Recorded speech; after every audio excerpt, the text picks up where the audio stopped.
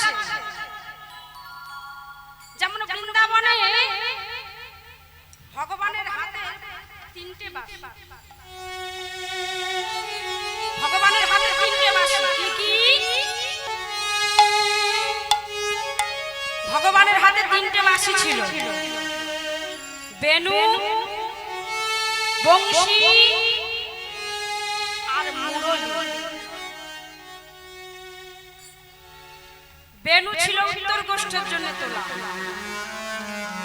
যিনি উত্তর গোষ্ঠ গাইবে সে গাইবে চাঁদ মুখে দিয়া বেনু, মানে যখন ধেনুবংশ পাল ফিরছে না, সখাগণ বললো বাজা কানাই, চাঁদ মুখে দিয়া বেনু নাম লইয়া সবধেনু ডাকিতে লাগিল উচ্চ। তা উত্তর গোষ্ঠের জন্য বেনুটাই শুধু তৈরি হয়েছিল, অন্যান্য লীলার জন্য নয়, শুধু উত্তর গোষ্ঠ। বেনু আর মুরলী। মুরলী কিসের জন্য? শুধু রাসের জন্য। মুরলী শুধু রাসে বেজেছিল বাবা, অন্য লীলায় বাজে। তারপর বললেন বাঁশি। তাহলে বোঝা গেল বেনু, বংশী আর মুরলী। রাধারানী বললেন বংশী শিক্ষা একটা পালা আছে। রাধারানী বলেছিলেন বধূ হে, আমি মুরলী শিখতে চাই না, আমি বেনু শিখতে চাই না, আমি বংশী শিখতে চাই। জানো এই বংশী হলো অন্যান্য লীলায় সব লীলায় বংশী বাজে, শুধুমাত্র রাসে, রাসের জন্য আলাদা তোলা ছিল, আর এই উত্তরাগষ্ঠের জন্য আলাদা ছিল। উত্তরাগষ্ঠের জন্য বেনু আর রাসের জন্য মুরলী, বাকি অন্যান্য লীলায় বাঁশি। তাই রাধারানী বলেছিল হে প্রাণনাথ, আমি অন্য কিছু শিখতে চাই না, আমি তোমার কাছে বংশী শিখতে চাই। আর লীলাতে কি বললেন? বেনু, বংশী, সিংহা, বেনু আর মুরলী। তা বেনু কার ছিল? সিংহাটা কার ছিল? নালা বলরাম। এই তিনটে ধ্বনিকে এক করে ভগবান যখন বরণটা বাজাচ্ছে, তিনটে ধ্বনি যেন এক হয়ে যাচ্ছে। ঠিক মনে হচ্ছে বৃন্দাবনে বাঁশি বাজাচ্ছে ভগবান, সকলকে ডাকছে। কি অপূর্ব লীলা গো! এখানে তিন ধ্বনি আছে, ভগবান তিন ধ্বনি করছে প্রথমে। এখানেও তিনটে ধ্বনি আছে মায়েরা, উলুধ্বনি, জয়ের ধ্বনি আর শঙ্কের ধ্বনি। উলুধ্বনি কোথায় গেল? লীলা তো বর্তমান।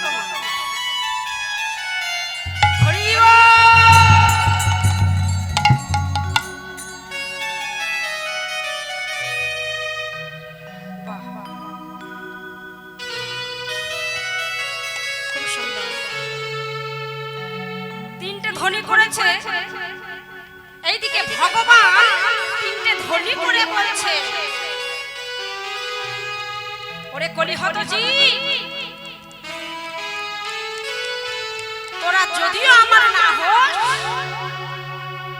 আমি তোদের হই, তোদের হই, তোদের হই, তোদের হই, তোদের হই, তোদের আমি তোদের হই, তোদের হই, তোরাই আমার হোস বানা হই, তোদের হই, তোদের হই, তোরাই আমার হোস বানা হই, তোদের হই, তোরাই আমার হোস বানা হোস, তোদের হই, তোদের হই, তোরাই আমার হোস বানা হোস, তোদের হই। প্রভু বলেন হে কলিহতজি, তোরা যদিও আমার না হোস, আমি তোদের হয়ে বসে আছি। তোরা একবার আয়, আমার সঙ্গে যোগ দিয়ে আমার মতন করে তোরা একবার বদনে কৃষ্ণ নাম। এবার গৌর সুন্দর কলিহত জীবকে ডেকে ডেকে বলছেন, হেজি তোরা কৃষ্ণ নাম কর। কৃষ্ণ বলে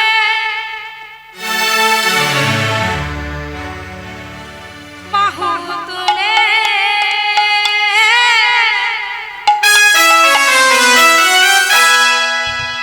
এসো না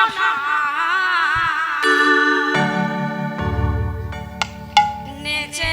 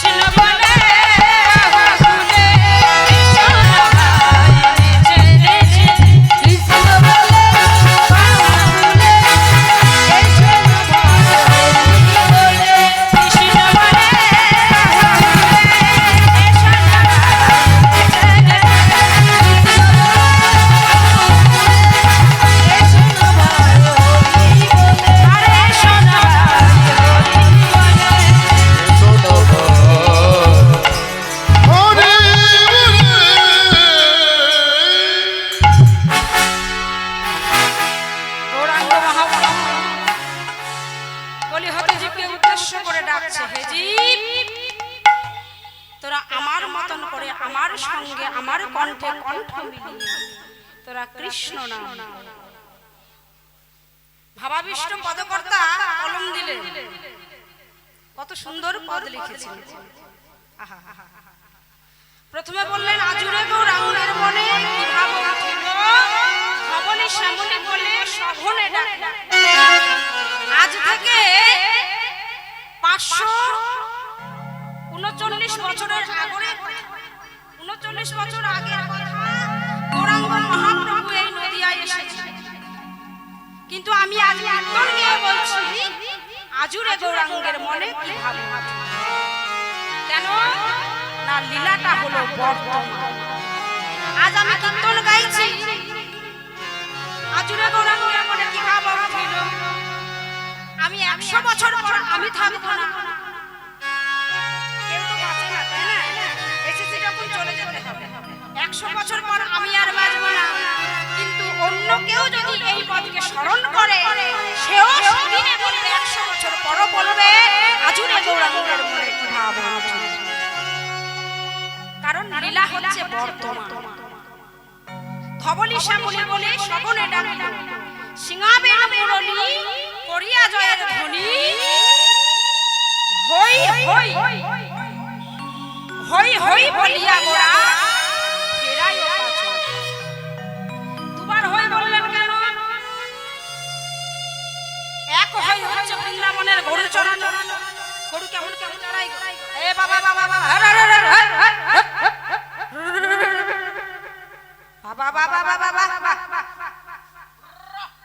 তা বৃন্দাবনে যেমন ভাবে গরু চড়াই, আজ গৌর সুন্দর এক হই হচ্ছে গরু চড়ানো হই, আর আরেক হই হচ্ছে আমি তোদের। নবদ্বীপে কলিহত জীবকে ডেকে বলছে, ওরে কলিহত জীব, তোরা আমার হোস বানা হোস, আমি তোদের, আমি তোদের হয়ে বসে আছি। তাই গৌর হরি হরি। শুধু এক হাঁটু জলে নেমে দেখ, এক হাঁটু জলে নেমে নেমে কেউ গৌর সুন্দরকে স্মরণ করে। গৌর সুন্দর বললেন আমি গলা পর্যন্ত জলে নেমে তাকে টেনে তুলে নিলে, তাই গৌর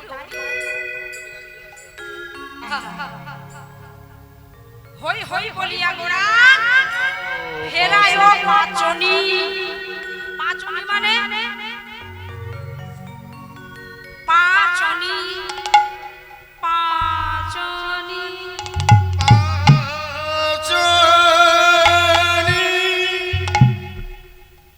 বৃন্দাবনে ভগবান কি করতো গো?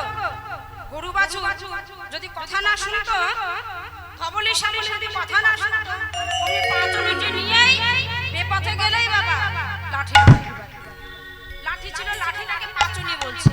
কিন্তু এই নবদ্বীপে গৌর সুন্দর বলছেন পাঁচনি।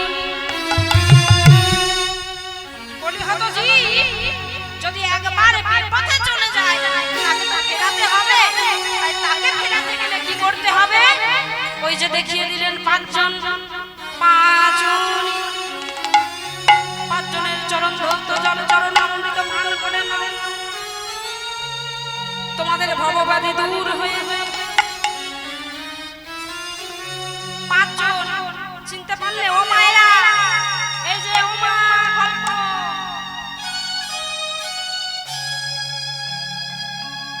লীলাটা বুঝে নাও মা গো, গল্প করলে কিছু বুঝতে পারবে। গৌর সুন্দর বলেন হে জি, তোদের ভবব্যাধি দূর করতে হলে, তোরা যদি চাস ভবব্যাধি দূর করব, তাহলে ওই দেখ মন্দিরে তাকিয়ে দেখ পাঁচনি। পাঁচনিটা কে গো? দেখিয়ে দিলেন পঞ্চতত্ত্বের দিকে। গৌরাঙ্গ মহাপ্রভু মাঝখানে, গৌরাঙ্গ মহাপ্রভুর ডাইনে হলো নিত্যানন্দ প্রভু, নিত্যানন্দ প্রভুর ডাইনে হলো অদ্বৈত আচার্য প্রভু। তিনি দ্বৈত ভাব ঘুচিয়ে এই কলিতে এসেছেন অদ্বৈত হয়ে। এইবার মহাপ্রভুর বাম দিকে হলো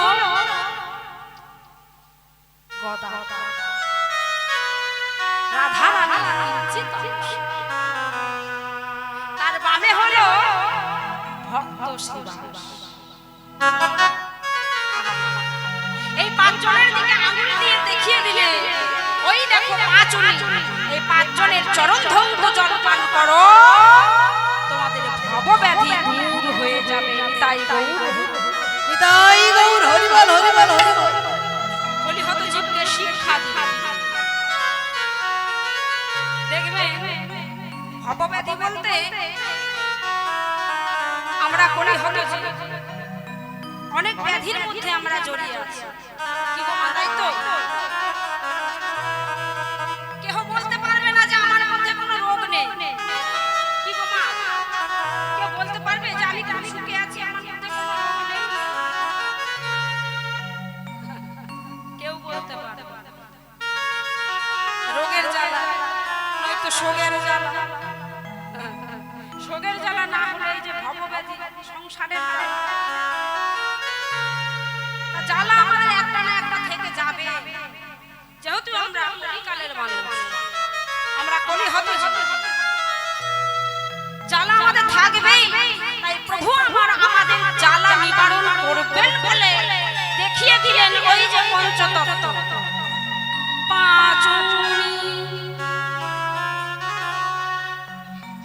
দেখবেন অনেকের এমন এমন রোগ হয়, বাবা ভালো ভালো একবারে বিদেশ থেকে ডাক্তার দেখিয়ে নিয়ে আসছে, অনেক টাকা খরচা হয়ে গেছে এদেশে বাঁচানোর জন্য। এদেশে কি রোগ হতে পারলে বিদেশে গেল, বিদেশে গিয়েও বলছে তোমার বাবা আর বেশি দিন বাঁচবে না, বাড়ি নিয়ে যাও, বাড়ি নিয়ে গিয়ে ভালো মন্দ খাওয়া, আর ভালো ভালো কথা বললে কষ্ট দেবে, আর কষ্ট দিলেই বলো হরি হরি বলো হরি, আবার বলো। সাদের চারতলার উপর শুয়ে থাকলে কি হবে? ধীরে ধীরে ধীরে ধীরে নিয়ে আসবে তোমার শ্মশান তালা। শ্মশান তালাতে যাবার সময় বলবে বলো হরি।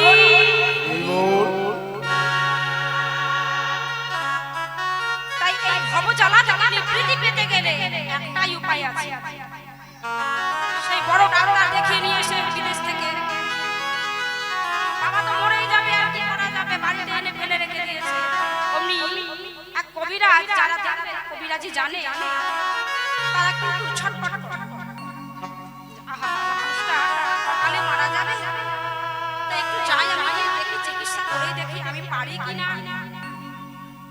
তা যারা কবিরাজি ওষুধ দেয় তারা দেখবেন গাছ গাছালি থেকে এ গাছের রস, ও গাছের রস, এ গাছের রস থেকে বেটে খাইয়ে ঔষধ করে অনেক সময় রোগ ভালো হয়ে যায়। কি বাবা, অনেক সময় ডাক্তার পারে না, বিদেশের ডাক্তার পারে না, কিন্তু এই কবিরাজি যাকে আমরা তুচ্ছ ভাবি সেটা দিয়ে কিন্তু অনেক সময় ভালো হয়।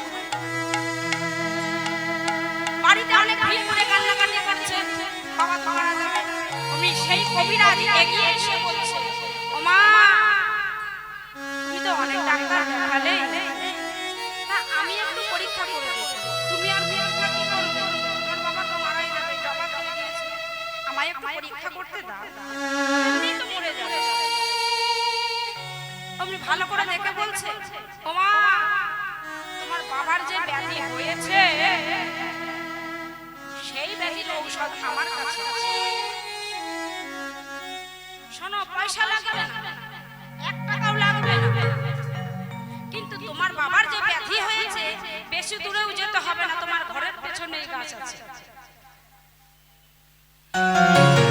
এবার 5টা গাছের শিকড় তুলে নিয়ে ভালো করে বেটে 1 কাপ রস করে বলছে ও মা এটা তোমার বাবাকে খাইয়ে দাও, আর 3 কাপ খেতে হবে, 3 দিন খেতে হবে, আর রোগ যদি ভালো হয়ে যায় তাহলে আমাকে কিছু দিতে হবে না, গোবিন্দ সেবার জন্য 16 আনা তুমি আমায় দিবে। এইভাবে 3 দিন খাওয়ানোর পর রোগ ভালো হয়ে গেল। মা আমার 16 আনা দাও গোবিন্দ সেবার জন্য। 16 আনা দিল, খালি হাতে 16 আনা দিল, ওই পাঁচুনি খেয়ে 3 দিন পর সেই বাবা সুস্থ হয়ে বসেছে। নিতাই গৌর হরি হরি। এই কথাটা বলার কারণ হচ্ছে যে 5 মুনি গৌর সুন্দর বললেন হে কলিহতজি তোমাদের ভবব্যাধি দূর করবার জন্য আমি নিয়ে এসেছি 5 জন। সেই 5 জনের চরণ ধৌত জল পান করো। নিতাই গৌর হরি বলে বলে সকলে তোমরা উদ্ধার হয়ে যাবে। হরি হরি বল হরি বল হরি বল। তাই গৌর সুন্দর বললেন হই হই বলিয়া গোরা হেরাই ও 5 জন। আর গৌর সুন্দর যেই না এইভাবে সচিমায়ের আঙিনায় ডাকছে অমনি ভক্তগণ আড়াল থেকে দর্শন করছে। বাবা বাবা হরি হরি।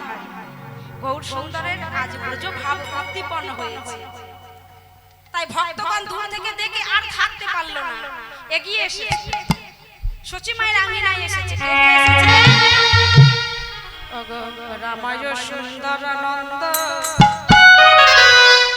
সঙ্গে নিত্যানন্দ ওগো রামায় সুন্দরানন্দ সঙ্গে নিত্যানন্দ ওগো রামায় সুন্দরানন্দ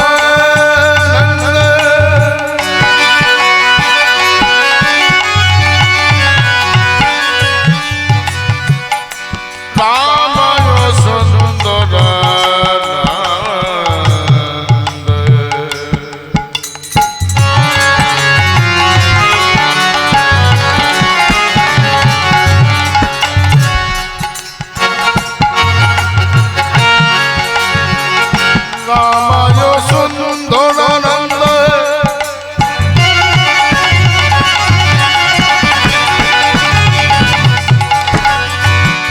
রামায়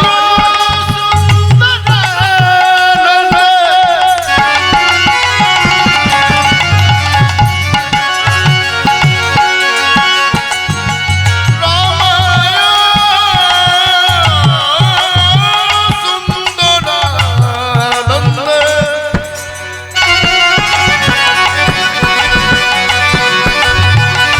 সুন্দরানন্দ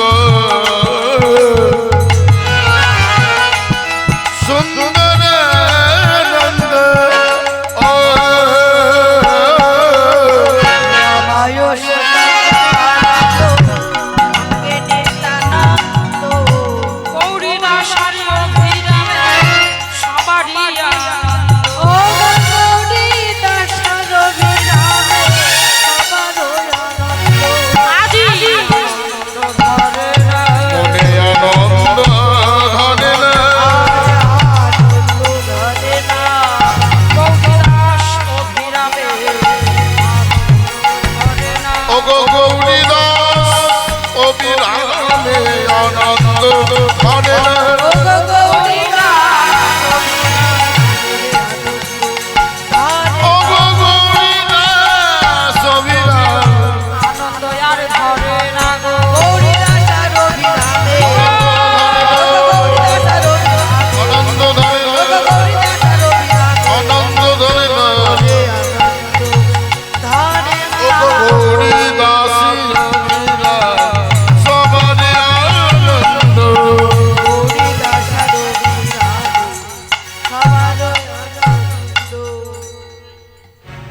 প্রভুর কাছে কাকে এসেছেন রামায়ণ সুন্দরানন্দ সঙ্গে নিত্যানন্দ নিত্যানন্দ কলিহত যুগকে শিক্ষা দিয়া বললেন গৌর হলো বিষয় আর নিতাই হলো আশ্রয় বাবা আশ্রয় না করলে তো বিষয়কে ধরা যাবে না নিতাইয়ের চরণ যদি আশ্রয় না করো তাহলে গৌর সুন্দরকে তুমি পাবে না তাই আগে বললেন আশ্রয় করতে হবে প্রথমে নিতাইয়ের চরণ নিতাই পদ কমল কোটি চন্দ্র সুশীতল নিতাই পদ কমল কোটি চন্দ্র সুশীতল সে ছায়ায় জগত জুড়া কেন নিতাই বিনে ভাই রাধা কৃষ্ণ পাইতে না। গৃহ করি ধরো নিতাই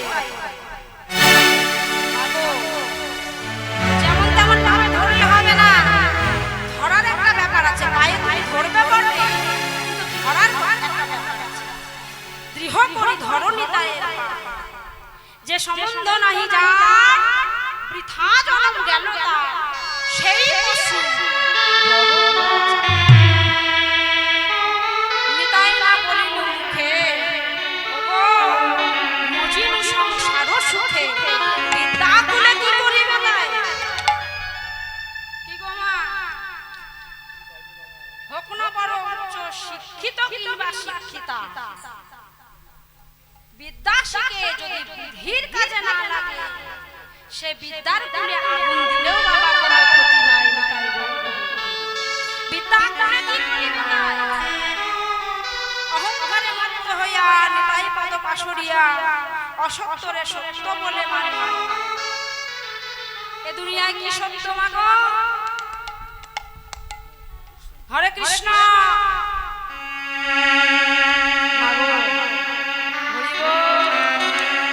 কীর্তন কীর্তনের মতন হয়ে যাচ্ছে বাবা, মনোযোগ নেই কারো। যেখানে হরিনাম সংকীর্তন সেখানে হয় নবদ্বীপ ধাম। আর এই নবদ্বীপ ধামে এসে মনটা একেবারে পুরো গৌর চরণে দিয়ে দিতে হবে। সংসারের কর্ম ছেড়ে আমরা এখানে বসেছি, কিছু পাবো না, কিছু পাইবার আসে। তা সে বস্তুটা যদি আমরা না পাই তাহলে তো বাবা সংসারে গিয়ে সংসারের কাজ করা অনেক ভালো। তাই গ্রন্থ কি বলছে ভালো করে শুনে না। বিদ্যা কি করিবে না, উচ্চ শিক্ষিতাই শিক্ষিত হয়ে আমরা যদি গৌরকে না চিনি, নিতাই চাঁদকে না চিনি, সে বিদ্যার করে আগুন দিলেও কোনো ক্ষতি নাই। এটা আমার কথা নয়, এটা গ্রন্থের কথা। নিতাই গৌর হরি হরি, নিতাই গৌর হরি বল হরি বল। তাকে ধিক, তার জন্মে ধিক, তার মরণে ধিক, তার শতকোটি ধিক। যদি বিদ্যা শিখে ভগবানের চরণ নাম ভজনা করে, ভগবানের নাম না, এ দুনিয়ায় সত্য কি? আমরা যেটা সত্য সেটাকে বলি অসত্য, আর যেটা অসত্য সেটাকেই বলি সত্য। আমরা অসত্যকে সত্য বলে মানে। এ দুনিয়ায় কি সত্য বাবা? এহ জগতে যা কিছু দেখছো এটা কিছুই সত্য নয়, এগুলো সব মিথ্যা। সত্য হলো একমাত্র নিতাইয়ের চরণ সত্য, তার সেবা সত্য। নিতাই তার সেবা করো আস, নরোত্তম বড় দুঃখী, ওগো নিতাই মরে করো সুখী। দেখো রাঙা প্রভু তোমার চরণে।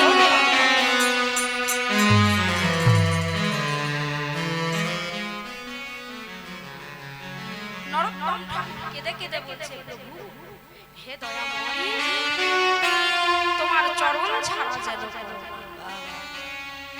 নরোত্তম ঠাকুর ইনিও সংসার করেছিলেন, ইনিও সংসার করেছিলেন বাবা, কিন্তু স্বভাবটা ছিল রাজহংসের মতো।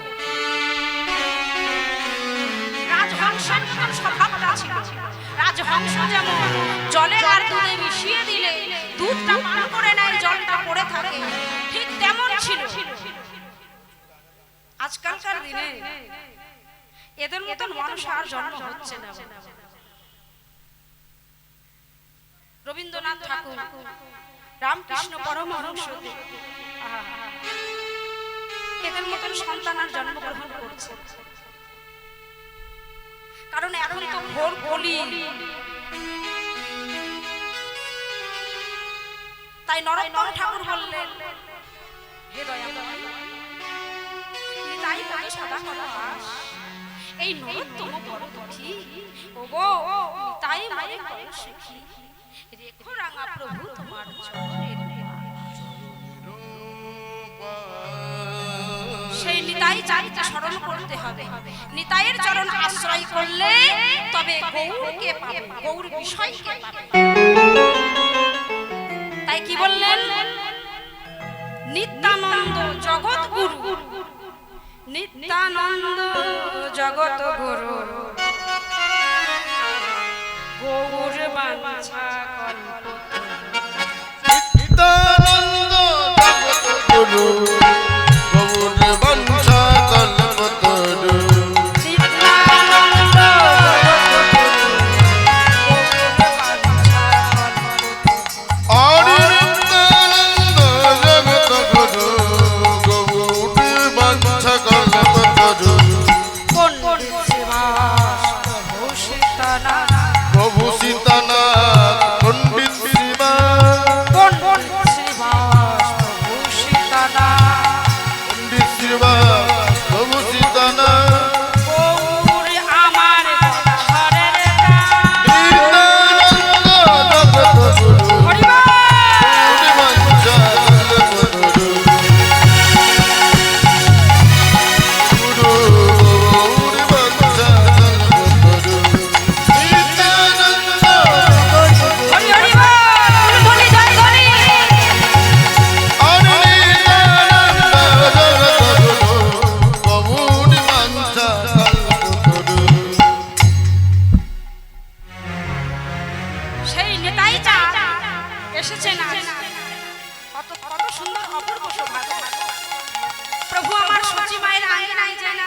তুলে দাঁড়িয়েছে, অমনি ভক্তরা এসেছে। রামায় সুন্দরানন্দ, সঙ্গে নিত্যানন্দ, গৌরী দাস, অভিরাম, সবারই আগমন। এই গৌরী দাসটা কে ছিলে বাবা? ব্রজে যারা ছিল নদিয়ায় তারা এসেছে। এই যে নিতাই চাঁদ, তিনি ছিলেন ব্রজে বলরাম। ব্রজের বলরাম সেও চলে এসেছে। রামায় সুন্দরানন্দ, সঙ্গে নিত্যানন্দ, গৌরী দাসটা কে ছিল বাবা? সুবল। ভগবানের প্রিয় সখা হলো সুবল, সে হলো গৌরী দাস। গৌরী দাস সবারই আগমন। আর যেই না ভক্তরা এসেছে, অমনি গৌর সুন্দর ভক্তদের দর্শন করে আরো বেশি করে বাহুটা তুলে দিয়েছে। এতটাই আনন্দ পেয়েছে, বাহুটা আরো বেশি করে তুলে দিয়েছে। এবার গৌর সুন্দর ভক্তগণ দর্শন করে বাহুটা তুলে দিয়েছে। কত আনন্দ, অপূর্ব শোভা। বাহু তুলে গোরা চাদর করে না মেরে ধন।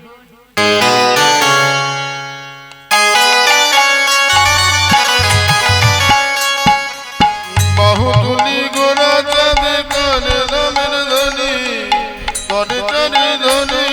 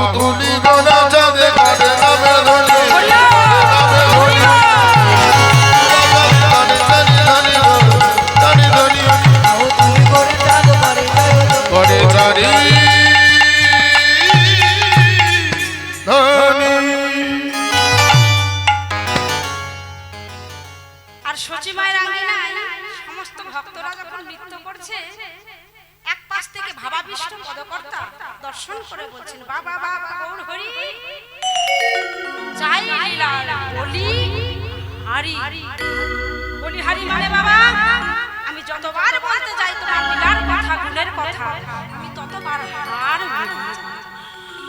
বলি হারি। এদিকে সমস্ত ভক্তরাগণ উলুধ্বনি জয়ধ্বনি করছে আর সচী মাতা এসে সকলে মিলে উলুধ্বনি দিন একবার জোর করো হরি বল।